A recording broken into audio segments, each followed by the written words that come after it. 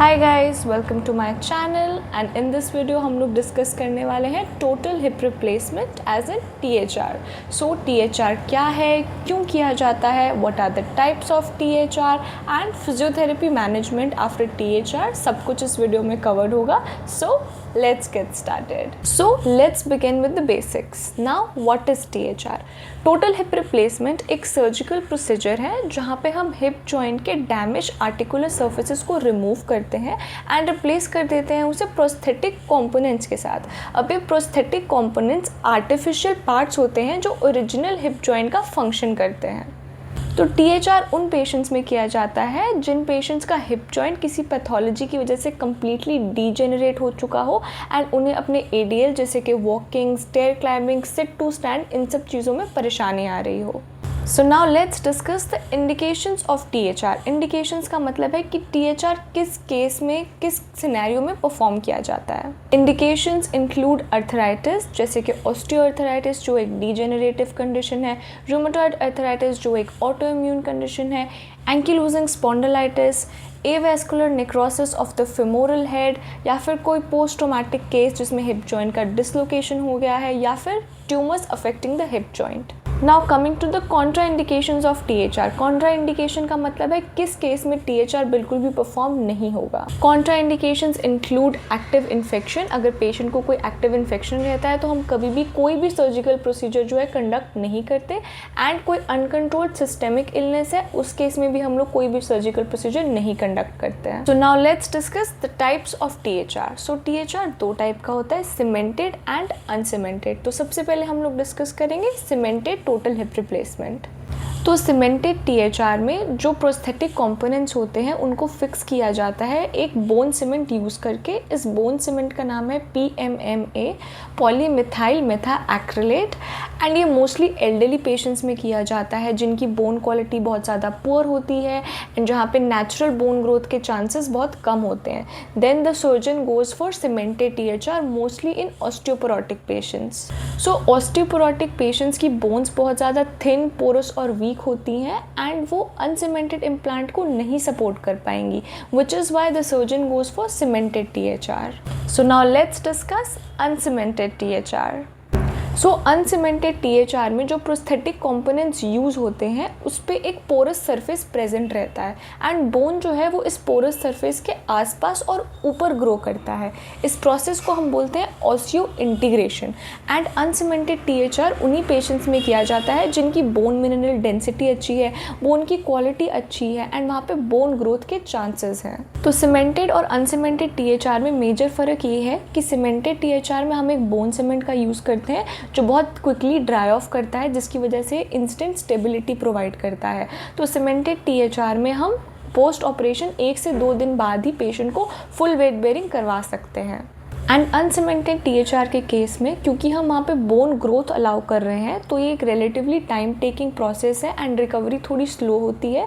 तो पहले 2 से 3 महीने हम पेशेंट को पार्शियल वेट बेयरिंग करवाते हैं अनलेस हमें सर्जन कंफर्म कर दे कि patient can now move to complete weight bearing. And orthopaedic surgeons हमेशा अनसीमेंटेड THR को प्रेफरेंस देते हैं बिकॉज ये बहुत लॉन्ग टर्म स्टेबिलिटी प्रोवाइड करता है, वेयरएज सीमेंटेड THR के केस में सीमेंट का लूज़ हो जाना या ब्रेक ऑफ करना एक पॉसिबिलिटी होती है। तो अगर बोन क्वालिटी अच्छी है then the surgeon always goes for uncemented THR। But yes, अगर बोन क्वालिटी बिल्कुल डिप्लीटेड है तो अनसीमेंटेड पॉसिबल नहीं है and the surgeon goes for cemented THR। तो let's discuss possible complications after THR। Complications include infection, तो patient का hygiene maintain होना बहुत इंपॉर्टेंट है। Then there is DVT, deep vein thrombosis, बहुत ज़्यादा देर तक इमोबिलाइज्ड एंड बेडरिडन रहने की वजह से डीप वेन्स में ब्लड क्लॉट्स फॉर्म हो सकते हैं। तो इसको प्रिवेंट करने के लिए ankle toe movement and calf pumping is must. Other complications include pressure sores, तो पेशेंट का time to time position change करना बहुत इंपॉर्टेंट है। देन सीमेंटेड THR के केस में सीमेंट का ब्रेक एंड लूज होना is also one complication. Uncemented के केस में कंपोनेंट्स का डिसलोकेट हो जाना इज़ ऑल्सो वन पॉसिबिलिटी। तो हिप जॉइंट में हमें प्रिकॉशंस बहुत ज़्यादा लेनी पड़ती हैं कि हम पेशेंट पे ध्यान दें कि कब उसको पार्शियल वेट बेयरिंग करनी है एंड कब प्रोग्रेस करना है फुल वेट बेयरिंग पे। So patient education is must. So now we move to physiotherapy management after THR। तो सबसे पहले हम डिस्कस करेंगे precautions after THR, because hip replacement के केस में प्रिकॉशंस बहुत ज़्यादा इंपॉर्टेंट है to prevent dislocation and complication. So the first precaution would be to avoid hip flexion greater than 90 degree. तो जब भी हम रेंज ऑफ मोशन एक्सरसाइज कराएंगे we have to make sure कि हिप का flexion less than 90 degree maintain हो in the first 12 weeks after operation. Secondly, patient को बताना है कि हिप का अडक्शन एंड इंटरनल रोटेशन किसी भी केस में नहीं होना चाहिए। तो पेशेंट जब सुपाइन लाइन में है तो एक वेज को रखना है दोनों लेग्स के बीच में to maintain some gap.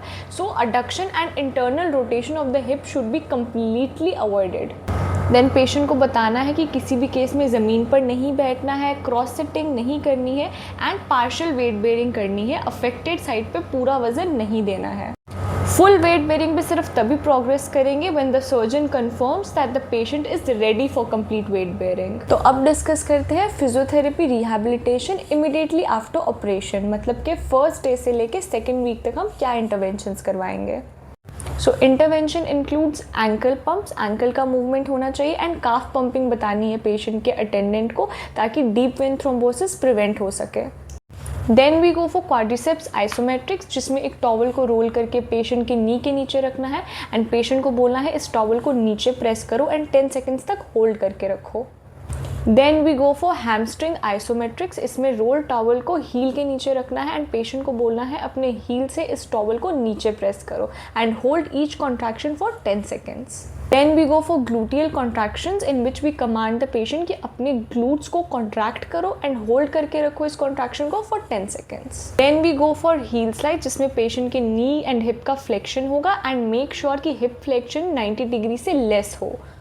Then हम पेशेंट को टॉयलेट ट्रेनिंग देते हैं एंड गेट ट्रेनिंग देते हैं। तो अगर THR सीमेंटेड है then we go for full weight bearing immediately after the operation and अगर अनसीमेंटेड है देन पहले 12 वीक्स तक we go for partial weight bearing. Then we come to the sub acute phase. तो sub acute phase में we go for gentle range of motion exercises जैसे hip abduction, hip extension while standing, hip flexion, but again 12 weeks तक less than 90 degree hip flexion. Straight leg raise यानी कि SLR करवा सकते हैं। अगर cemented है you can go for it, but अगर अनसीमेंटेड है तो SLR should be avoided because it puts a lot of strain on the hip joint. तो अनसीमेंटेड के केस में फर्स्ट 12 वीक्स तक SLR should be avoided. And sub acute phase में भी हम प्रीवियस फेज की सारी एक्सरसाइजेस कंटिन्यू करते हैं जैसे ankle toe movement, calf pumping, quadriceps आइसोमेट्रिक्स, hams आइसोमेट्रिक्स and gluteal contractions. Now we come to the chronic phase which is 3 months after the operation has been done. तो इस फेज़ में हम patient की स्ट्रेंथनिंग पे काम करते हैं एंड उन्हें वापस उनकी नॉर्मल इंडिपेंडेंट लाइफ के लिए रेडी करते हैं। सो स्ट्रेंथनिंग के लिए हम रेजिस्टेंस इंट्रोड्यूस करते हैं like we use theraband for hip flexion, extension, abduction. Then we go for balance training because अब हम पेशेंट को एम्बुलेटरी एड्स जैसे कि केन या क्रचेस से हटा के इंडिपेंडेंटली वॉक करने के लिए रेडी करते हैं। तो बैलेंस इंप्रूव करने के लिए we can go for tandem stands, we can go for single leg stands and we can also use wobble board. Then we go for close chain exercises like lunges, bridges, planks. Then we also introduce aerobic activities like brisk walking and treadmill walking because patient इतने time तक bedridden रहता है तो patient का endurance and lung capacity भी affect हो जाती है। So we work on endurance and aerobic capacity. तो बेसिकली लास्ट फेज़ में हमें पेशेंट के हर एक एस्पेक्ट में काम करना होता है, देखना होता है पेशेंट कहाँ लैक कर रहा है and we work in that particular direction because इस पॉइंट पे हमें पेशेंट को 100% इंडिपेंडेंट बनाना है। So that is it for this video. I hope ये वीडियो आपके काम आए and you get to learn something from it. Thanks for watching, bye.